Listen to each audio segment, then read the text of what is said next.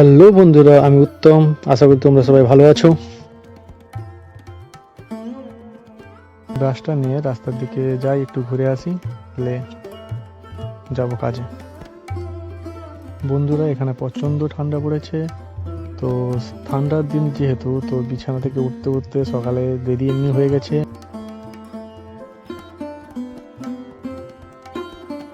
Brush করা শেষ করে যখন বাড়িতে ফিরলাম, মা বলল যে আজকে বাড়িতে কোনো মাছ আরও নেই, তো যেতে হবে আমাকে মাছ আনতে।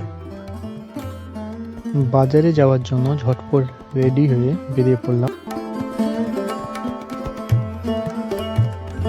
বাড়ি থেকে বেরিয়ে কিছুটা যাওয়ার পর আমাদের মেন লাইন পড়ে, যেটা হচ্ছে চন্দনপুর দেপাল রোড নামে পরিচিত। এই লাইন ধরে একটু সামনে এগিয়ে গেলেই চন্দনপুর বাজার। বন্ধুরা, এই দেখতে পাচ্ছ এই যে খেলার মাঠ, এটা হচ্ছে আমাদের বিদ্যাধরপুরের খেলার মাঠ। এই বন্ধুরা, আজকে হচ্ছে চন্দনপুরে বাজারের দিন। এমনি প্রত্যেক দিন দোকান বসে, কিন্তু আজকে হচ্ছে বাজার, যেহেতু আজকে শুক্রবারে বাজার চন্দনপুরে বসে। বন্ধুরা, কথা চলতে চলতে বলতে বলতে তোমাদের সঙ্গে সময় কাটাতে পৌঁছে গেলাম চন্দনপুর বাজারে। এবার দেখি বাজারে কি কি মাছ উঠেছে। তোমাদের দেখিয়ে দিচ্ছি আমাদের চন্দনপুর বাজারে কি কি শাকসবজি পাওয়া যায়। যেহেতু এটা গ্রামীণ এলাকা, তো এখানে শাকসবজি ফ্রেশ পাওয়া যায়।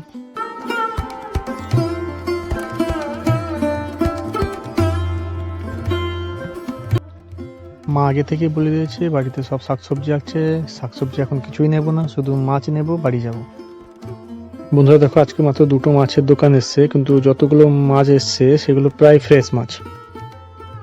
বন্ধুরা দেখো, এই পাঙাশ মাছগুলো কত ফ্রেশ, কত বড় পাঙাশ মাছ, কেটে কাকু পিস পিস করে রেখেছে। আছো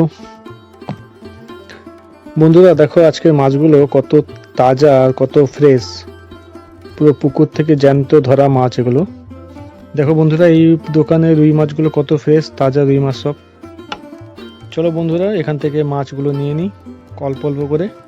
বন্ধুরা, আমার মাছ নেওয়া কমপ্লিট।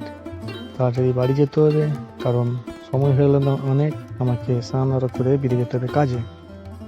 চলো মার্কেট থেকে এখন বেরিয়ে যাই, কাজে যেতে হবে স্নান আরো করে। বন্ধুরা, যদি আমার এই ভিডিওটা ভালো লাগে তো প্লিজ সাবস্ক্রাইব করে দেবেন। আপনাদের এই সাবস্ক্রাইব করাতে আমার ভিডিও বানাতে আরও খুব ভালো লাগবে। পরের ব্লগে দেখা হচ্ছে। Tata, bye bye.